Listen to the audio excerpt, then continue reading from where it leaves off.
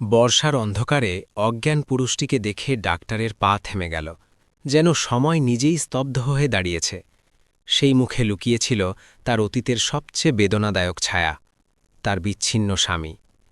তারপর যা ঘটল তা না শুধু দুটি হৃদয়কে আলোড়িত করল, বরং মানবতার গভীরতম সত্যকে জানিয়ে তুলল, যেখানে ভালোবাসা এবং ক্ষমা নতুন করে জীবনের আলো খুঁজে পায়। বর্ষার সেই রাতটা কিছু বেশি অন্ধকার ছিল। কলকাতার রাস্তায় জল এমনভাবে বইছিল যেন শহর নিজেই তার পুরনো ক্ষতগুলো ধুয়ে ফেলছে। গঙ্গা নদীর তীরে বসা এই শহরে বৃষ্টি প্রায়ই সান্ত্বনা নিয়ে আসত, কিন্তু সেই রাতে বাতাসে একটা অদ্ভুত অস্থিরতা ছিল। রাস্তায় গাড়ির গতি ধীর ছিল। স্ট্রিট লাইটের হলুদ আলো বৃষ্টির ফোঁটায় ভেঙে ভেঙে পড়ছিল। সেই রাস্তা দিয়ে একটা সাদা রঙের গাড়ি ধীরে ধীরে যাচ্ছিল। গাড়ি চালাচ্ছিল প্রিয়া, কলকাতার একটা বড় প্রাইভেট হাসপাতালের সিনিয়র ডাক্তার। লম্বা শিফটের পর সে বাড়ি ফিরছিল। চোখ দুটো ক্লান্ত ছিল, কিন্তু মন তখনও হাসপাতালের ওয়ার্ডে আটকে ছিল। প্রতিদিনের মতো আজও সে অনেক জীবন দেখেছে, কিছু বাঁচিয়েছে, কিছুকে চলে যেতে দেখেছে। ডাক্তারের জীবন বাইরে থেকে যতটা সম্মানজনক লাগে, ভিতর থেকে ততটাই একাকী। হঠাৎ তার নজর রাস্তার পাশে পড়ে থাকা একটা লোকের ওপর পড়ল। প্রিয়া ব্রেক মারল। বৃষ্টি তীব্র ছিল, ওয়াইপার পুরো শক্তি দিয়ে চলছিল। রাস্তার পাশে একটা লোক উপুড় হয়ে পড়েছিল, পুরো শরীর কাদা আর জলে ভেজা। প্রথম দৃষ্টিতে মনে হলো কোনো মাতাল হবে বা অ্যাক্সিডেন্টের শিকার। প্রিয়া এক মুহূর্তের জন্য ভাবল, থামব কিনা। শহরে লোকেরা সাহায্যের চেয়ে বেশি ভিডিও বানায়, কিন্তু ডাক্তারের বিবেক চুপ করে থাকতে দেয় না। সে গাড়ি থেকে নামল। বৃষ্টি তৎক্ষণাৎ তার চুল আর কাপড় ভিজিয়ে দিল। সে দ্রুত পায়ে সেই লোকটির কাছে গেল, ঝুঁকে তার নাড়ি দেখার জন্য হাত বাড়াল। আঙুলগুলো তার কবজি ছুঁয়েছিল যে মুহূর্তে তার নজর তার মুখের ওপর পড়ল, এবং সেই মুহূর্তে প্রিয়া থমকে গেল। তার শ্বাস আটকে গেল, হাত কাঁপতে লাগল, হৃদয় জোরে জোরে ধড়কাতে লাগল। সেই মুখ, সেই নাক, সেই হালকা দাড়ির পিছনে লুকানো সেই পরিচয়, রাহুল। তার ঠোঁট কাঁপল, আওয়াজ গলায় আটকে গেল। এটা সেই রাহুল ছিল, তার তালাকপ্রাপ্ত স্বামী, সেই লোক যার সাথে সে 2 বছর আগে প্রত্যেক সম্পর্ক, প্রত্যেক আশা, প্রত্যেক স্বপ্ন ভেঙে ফেলেছে। সেই লোক যার নামে এখনও তার হৃদয় ব্যথায় ভরে যায়।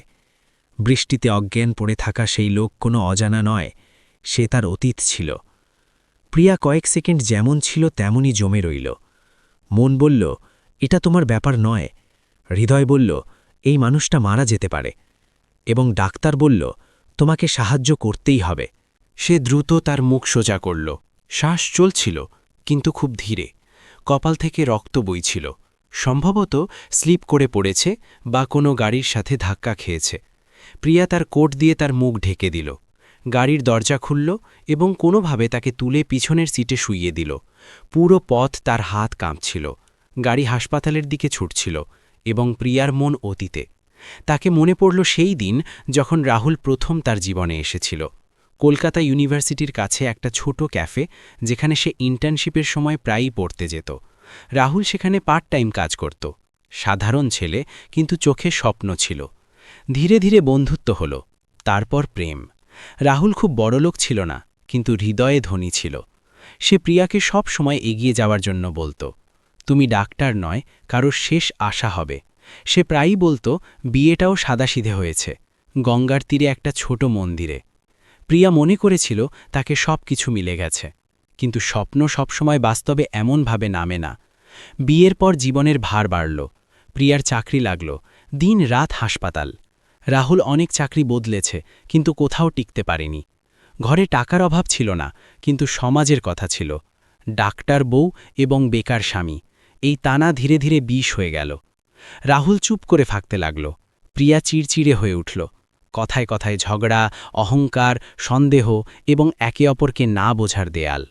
সেই রাত আজও প্রিয়াকে মনে আছে, যখন রাহুল বলেছিল, তুমি আমাকে নিচু ভাবতে শুরু করেছ, এবং প্রিয়া উত্তর দিয়েছিল, আমি ক্লান্ত হয়ে গেছি এই সম্পর্ক থেকে। বাস, সেখানেই সব শেষ হয়ে গেল। তালাকের কাগজ, কোর্টের সিঁড়ি এবং একে অপর থেকে চুরি করা চাহনি। গাড়ি হাসপাতালে পৌঁছাল। ইমার্জেন্সিতে স্টাফ দৌড়ে এলো। প্রিয়া পেশাদার আওয়াজে নির্দেশ দিল, কিন্তু ভিতরে সব ছিন্ন ভিন্ন ছিল। স্ট্রেচারে শুয়ে থাকা রাহুলের মুখ ফ্যাকাশে হয়ে গেছে। যখন তাকে অপারেশন থিয়েটারে নেওয়া হচ্ছিল, প্রিয়ার নজর তার আঙুলের উপর পড়ল। সেই পুরনো আংটি, যা সে কখনো খোলেনি। তার চোখ ভরে এলো। যদি এটা মারা যায়, এই চিন্তা তার বুকে ছুরির মতো বিঁধল। ডাক্তার হওয়া সত্ত্বেও সেই মুহূর্তে সে শুধু একটা মহিলা ছিল, যে তার অতীত থেকে হারছে। বাইরে বৃষ্টি তখনও হচ্ছে। হাসপাতালের জানালায় আছড়ে পড়া ফোঁটা যেন প্রশ্ন করছে, কি মানবতা সম্পর্কের থেকে বড় হয়, এবং কি ভাঙা সম্পর্ক কখনো আবার জীবিত হতে পারে? অপারেশন থিয়েটারের বাইরে লাগানো লাল আলো তখনও জ্বলছে। রাত কখন সকালে পরিণত হল প্রিয়াকে জানাই না। বৃষ্টি থেমে গেছে, কিন্তু হাসপাতালের করিডোরে সেই নীরবতা ছড়িয়েছিল, যা কারোর শ্বাসের ভরসায় টিকে থাকে। নার্স ধীরে পায়ে আসা যাওয়া করছে। মনিটরের বিপ আওয়াজ প্রিয়ার হৃদয়ের ধড়কনের সাথে ধাক্কা খাচ্ছে। সে একটা চেয়ারে বসেছিল, মাথা দুহাতে ধরে। এই সেই হাত যা দিয়ে সে প্রতিদিন লোকের জান বাঁচায়। কিন্তু আজ এই হাতে অদ্ভুত অসহায়তা ছিল। সামনে লাগানো ডিজিটাল বোর্ড বারবার সেই শব্দ দেখাচ্ছে, ক্রিটিক্যাল। তাকে মনে নেই যে শেষবার কবে সে কোনো রোগীর জন্য এত অস্থিরতা অনুভব করেছে। সম্ভবত তখন, যখন তার মায়ের অপারেশন হয়েছে, বা সম্ভবত আজ, যখন সামনে তার অতীত জীবন এবং মৃত্যুর মাঝে ঝুলছে। দরজা খুলল। সার্জন বাইরে এলো। প্রিয়া তৎক্ষণাৎ উঠে দাঁড়াল। সে এখনও বিপদের বাইরে নয়। সার্জন বলল, কিন্তু আমরা যা করতে পারি করেছি। পরের ২৪ ঘন্টা খুব গুরুত্বপূর্ণ। প্রিয়া মাথা নাড়ল। পেশাদার মুখ, কিন্তু চোখে ভয় স্পষ্ট ছিল।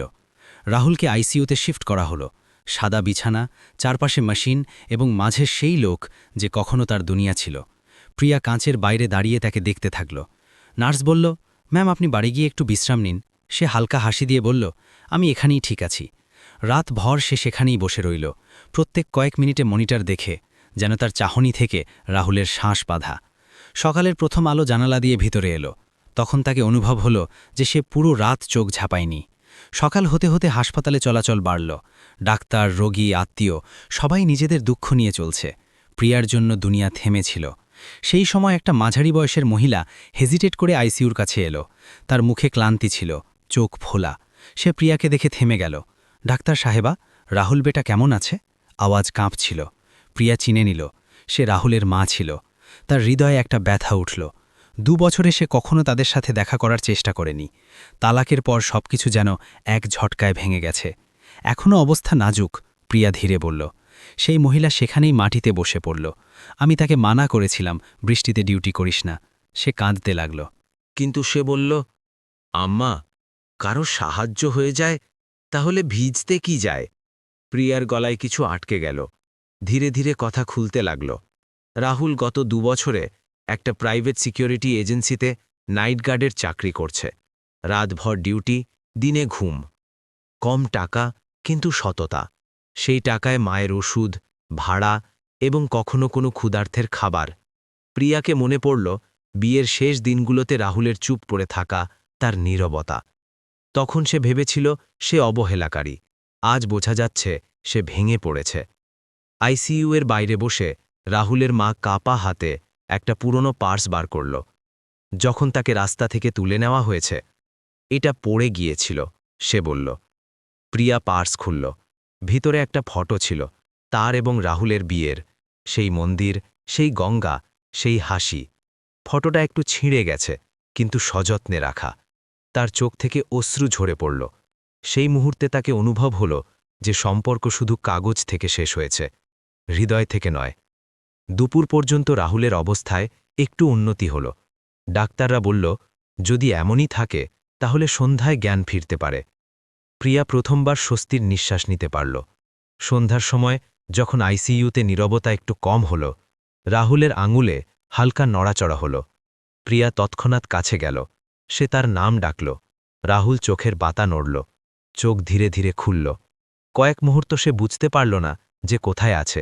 তারপর তার নজর প্রিয়ার উপর পড়ল। তার চোখে অবাকতা নেই, শুধু একটা গভীর দুঃখ ছিল। তুমি, আওয়াজ খুব দুর্বল ছিল, তুমি এখানে কেন? প্রিয়া কিছু বলতে পারল না। তার ঠোঁট কাঁপতে থাকল। রাহুল নজর ফিরিয়ে নিল। আমি ভেবেছিলাম তুমি কখনো সামনে আসবে না। সেই মুহূর্তে ঘরে ডাক্তার এবং রোগী ছিল না, শুধু দুটো ভাঙা মানুষ ছিল। প্রিয়া ধীরে বলল, আমি ডাক্তার রাহুল, এবং মানুষও। সে কিছু বলতে চাইল, কিন্তু চোখ বন্ধ হয়ে গেল। ক্লান্তি সম্ভবত বেশি ছিল। বাইরে বেরিয়ে প্রিয়া দেওয়ালে ঠেস দিয়ে দাঁড়াল। তার হৃদয়ে জোরে জোরে ধড়কাচ্ছে। আজ প্রথমবার তাকে মনে হল যে সে জীবনে অনেক কিছু ভুল বুঝেছে। রাত আবার গভীর হতে লাগল। হাসপাতালের জানালা থেকে বাইরে কলকাতার রাস্তা দেখা যাচ্ছে। সেই রাস্তা যেখানে বৃষ্টিতে রাহুল পড়েছিল, সেই রাস্তা যা তাকে আবার তার জীবনে নিয়ে এসেছে। প্রিয়া জানত এটা শুধু শুরু। এখনো অনেক প্রশ্ন আছে, অনেক ক্ষত আছে, এবং অনেক ক্ষমা যা বলা বাকি। এবং কোথাও না কোথাও তার হৃদয়ের কোনো কোণে একটা আশা মাথা তুলতে শুরু করেছে, যে সম্ভবত মানবতা ভাঙা সম্পর্কের থেকে বেশি শক্তিশালী। আইসিইউ এর জানালা থেকে আসা হালকা আলোয় রাহুলের মুখ আগের থেকে একটু ভালো লাগছে। শ্বাস এখন মেশিনে নয়, নিজের দমে চলছে। প্রিয়া অনেকক্ষণ সেখানেই দাঁড়িয়ে তাকে দেখতে থাকল, যেন প্রত্যেক মুহূর্তকে মনে রেখে দিতে চায়। এটা সেই লোক যার সাথে সে জীবন কাটানোর শপথ নিয়েছিল, এবং সেই লোক যাকে সে কখনো তার অতীতে দাফন করে ফেলেছে বলে ভেবেছে। সকাল হতে হতে ডাক্তাররা তাকে সাধারণ ওয়ার্ডে শিফট করল। প্রিয়া নিজে ফাইল সামলাল। যদিও হাসপাতালের নিয়ম তাকে এটা করতে বাধা দেয়, কিন্তু সে কারো কথা শোনেনি। তার জন্য এটা শুধু একটা রোগী নয়। রাহুলকে পুরোপুরি জ্ঞান ফিরেছে। চোখ খোলা ছিল, কিন্তু নজর ছাদে আটকে থাকত যখন প্রিয়া ঘরে ঢুকল। সে তাকে দেখল এবং তারপর তৎক্ষণাৎ নজর খিরিয়ে নিল, যেন তাকে দেখে কোনো পুরনো ব্যথা জেগে উঠেছে। কেমন অনুভব করছ? প্রিয়া পেশাদার আওয়াজে জিজ্ঞাসা করল। রাহুল হালকা মাথা নাড়ল। জীবিত আছি, সম্ভবত এটাই যথেষ্ট। তার আওয়াজে কোনো অভিযোগ নেই, শুধু ক্লান্তি ছিল। প্রিয়া কয়েক মুহূর্ত চুপ রইল, তারপর চেয়ার টেনে বসল। সেই রাতে কি ঘটেছিল? সে ধীরে জিজ্ঞাসা করল। রাহুল একটা গভীর নিঃশ্বাস নিল। ডিউটিতে ছিলাম। বৃষ্টি খুব তীব্র ছিল। একটা ছেলে রাস্তা পার করতে গিয়ে স্লিপ করল। গাড়ি আসতে দেখলাম। আমি দৌড়ালাম, তাকে ধাক্কা দিলাম, এবং নিজে। তার আওয়াজ থেমে গেল। তারপর কিছু মনে নেই। প্রিয়ার চোখ ভরে এলো। তুমি সবসময় অন্যদের জন্য কেন এগিয়ে যাও? রাহুল হালকা কড়া হাসি দিল। সম্ভবত এই জন্যে যে আমার জন্য এখন কেউ এগিয়ে আসার নেই। এই শব্দ প্রিয়ার বুকে নেমে গেল। তাকে মনে পড়ল কিভাবে সে তালাকের পর নিজেকে পুরোপুরি কাজে ডুবিয়ে দিয়েছে, এবং কখনো পিছনে ফিরে দেখেনি যে রাহুল কী অবস্থায় আছে। সেই সময় ওয়ার্ডের বাইরে কিছু আওয়াজ এলো। দুজন নার্স ধীরে স্বরে কথা বলছিল। শুনেছি ম্যামের এক্স হাজব্যান্ড। হ্যাঁ, সেই যাকে রাস্তা থেকে তুলে এনেছে। প্রিয়া অশ্রুত করার চেষ্টা করল, কিন্তু রাহুল সব শুনছিল। সে চোখ বন্ধ করল। লোকেরা কি বলবে তাই না?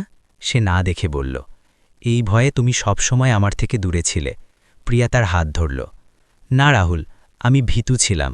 আমি তোমার নীরবতাকে ভুল বুঝেছি। রাহুল ধীরে হাত টেনে নিল। এখন দেরি হয়ে গেছে প্রিয়া। তুমি তোমার জীবন তৈরি করেছ। আমি শুধু কোনোভাবে চলছি। তার কথায় কোনো অভিযোগ নেই, কিন্তু প্রত্যেক শব্দ একটা প্রশ্ন ছিল। দিন কাটতে লাগল। রাহুলের অবস্থা উন্নত হতে লাগল। কিন্তু তার ভিতরের দূরত্ব কমেনি। প্রিয়া প্রতিদিন আসে, ওষুধ চেক করে, রিপোর্ট দেখে। কিন্তু যখন হৃদয়ের কথা আসে, দুজনেই চুপ হয়ে যায়।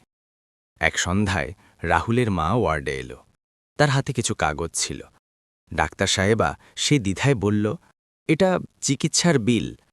প্রিয়া কাগজ না দেখে বলল, এটা আমার দায়িত্ব। রাহুল তৎক্ষণাৎ বিরোধ করল, না প্রিয়া, আমি তোমার উপকার নিতে পারি না। প্রিয়া প্রথমবার কড়া আওয়াজে বলল, এটা উপকার নয়, এটা আমার ফরজ। ফরজ? রাহুলের চোখে ব্যথা নেমে এলো। কোন হিসেবে? ঘরে নীরবতা ছড়িয়ে পড়ল। প্রিয়ার কাছে সেই প্রশ্নের সোজা উত্তর ছিল না। ডাক্তার বললে মিথ্যা হতো, স্ত্রী বলতে পারত না। সেই রাতে প্রিয়া অনেকক্ষণ হাসপাতালের ছাদে বসে রইল।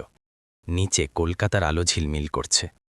তাকে মনে পড়ল কিভাবে সে সমাজের কথাকে তার সম্পর্কের থেকে বড় করে তুলেছে। কিভাবে সে কখনো রাহুলকে জিজ্ঞাসা করেনি যে সে ভিতর থেকে কি অনুভব করছে। পরের দিন সকালে রাহুলকে ডিসচার্জের প্রস্তুতি হতে লাগল। সে কাউকে না বলে তার কিছু কাপড় মঙিয়ে নিয়েছে। প্রিয়া যখন ওয়ার্ডে পৌঁছাল, তখন তাকে জিনিসপত্র গোছাতে দেখে থমকে গেল। তুমি যাচ্ছ? তার মুখ থেকে শুধু এটাই বেরোল। হ্যাঁ, রাহুল মাথা ঝুঁকিয়ে বলল। যতটা থাকা দরকার ছিল থেকেছি। কোথায় যাবে? প্রিয়া জিজ্ঞাসা করল। যেখানে এখন পর্যন্ত ছিলাম, জীবনের ভিড়ে কোথাও। প্রিয়ার হৃদয় খারাপ হয়ে গেল।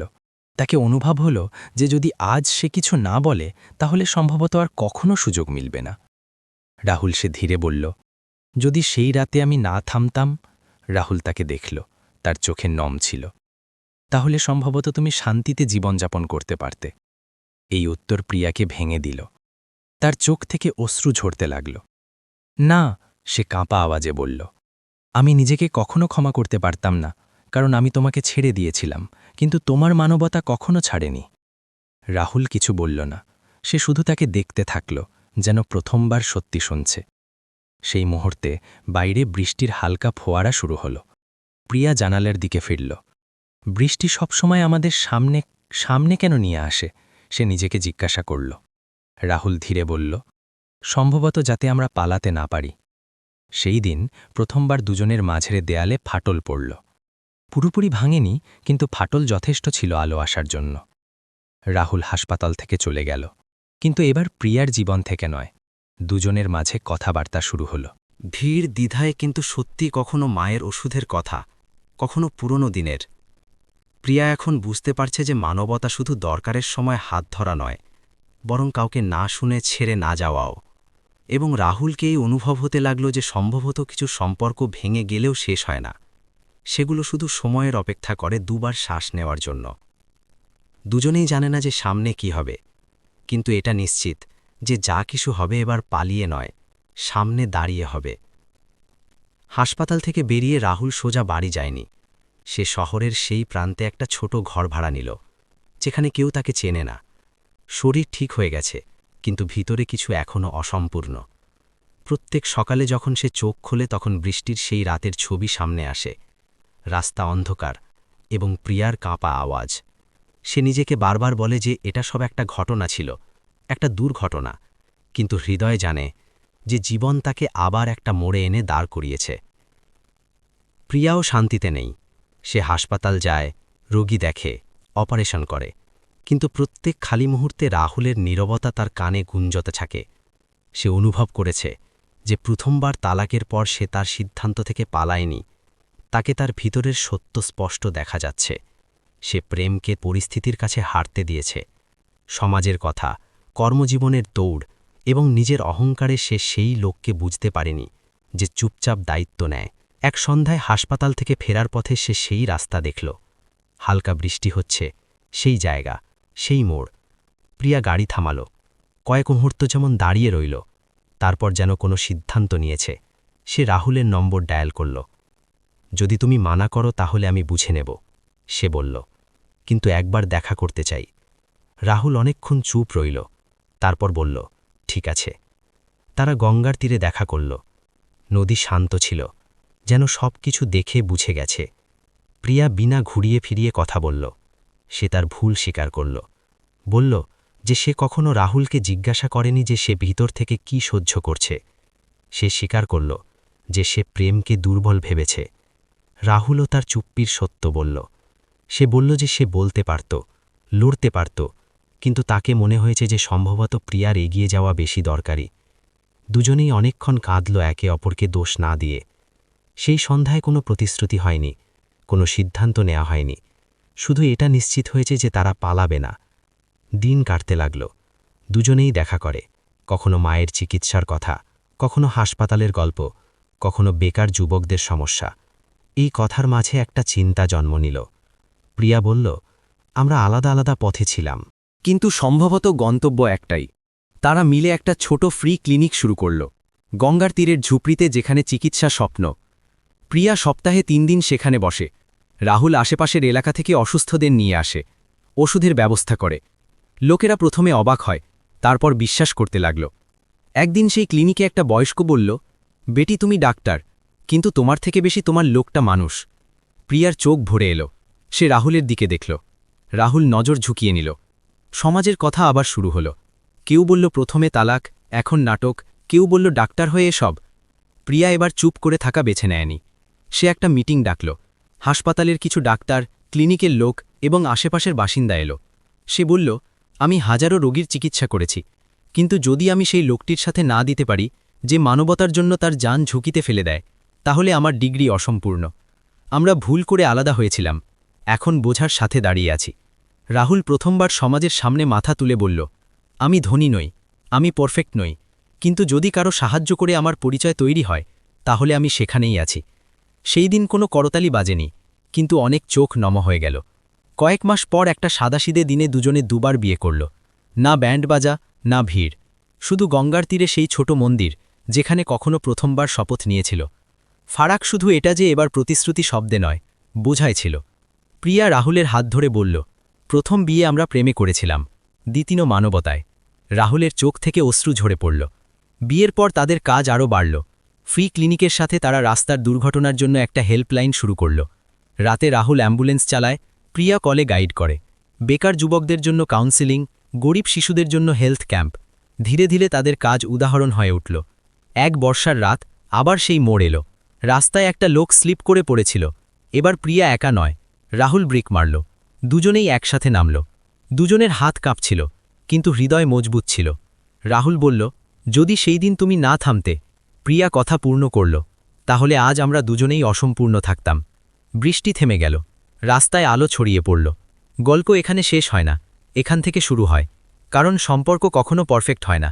মানুষ হয়, ভুল করে, ভাঙে, বোঝার সাথে যুক্ত হয়। এবং যখন দুজন লোক তাদের ব্যথা থেকে এগিয়ে সমাজের জন্য দাঁড়ায়, তখন মানবতা সত্যি জয়ী হয়। এই গল্পের শিক্ষা এটাই যে প্রেম তখনই টিকে যায় যখন তাতে বোঝা এবং মানবতা অন্তর্ভুক্ত হয়। কর্মজীবন, সমাজ এবং পরিস্থিতি দরকারি, কিন্তু কোনো আপনার নীরবতা শোনা তার থেকেও বেশি দরকারি। ক্ষমা দুর্বলতা নয়, শক্তি হয়, এবং দ্বিতীয় শুরু কখনো হার নয়। এখন আপনার কাছে প্রশ্ন, যদি আপনার জীবনে কোনো সম্পর্ক ভুল বোঝাবুঝির কারণে ভেঙে গেছে, তাহলে কি আপনি তাকে মানবতার নজরিয়ায় দুবার দেখার সাহস রাখবেন? যদি এই গল্প আপনার হৃদয় ছুঁয়ে থাকে, তাহলে এটাকে লাইক করুন, শেয়ার করুন এবং কমেন্টে বলুন যে আপনাকে সবচেয়ে বেশি কোন পল কাঁদিয়েছে। এমনই সত্যি হৃদয় থেকে বেরোনো গল্পের জন্যকে সাবস্ক্রাইব করতে ভুলবেন না, কারণ কখনো একটা গল্প কারো জীবন বদলে দিতে পারে।